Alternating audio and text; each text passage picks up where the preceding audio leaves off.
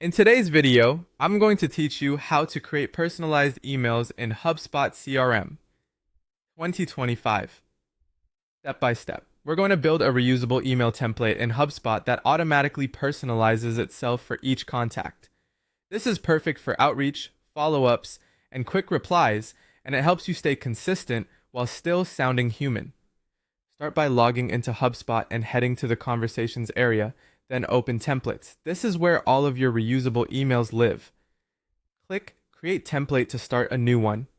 Think of a template as your base message that HubSpot can tailor for each person using data from your CRM.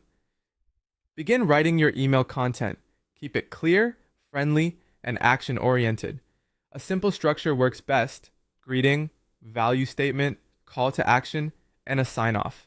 For example, you might write hi/contact.firstname.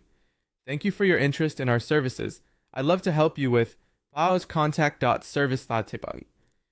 Let me know a good time to chat, best followed by your usual email signature. Notice the piece is wrapped in double curly braces like a contact.firstname slash.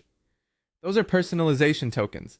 They tell HubSpot to pull data from the contact record so each recipient sees their own details. Once your draft feels solid, use the personalize option to insert tokens precisely where you want them.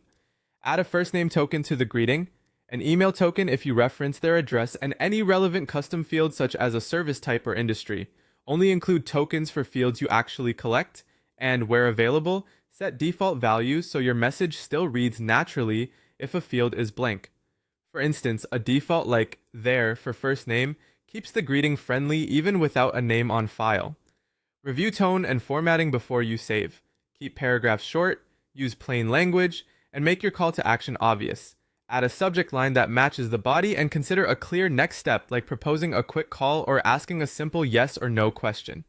When you're happy with the content, click Save. Now, whenever you email a contact from HubSpot,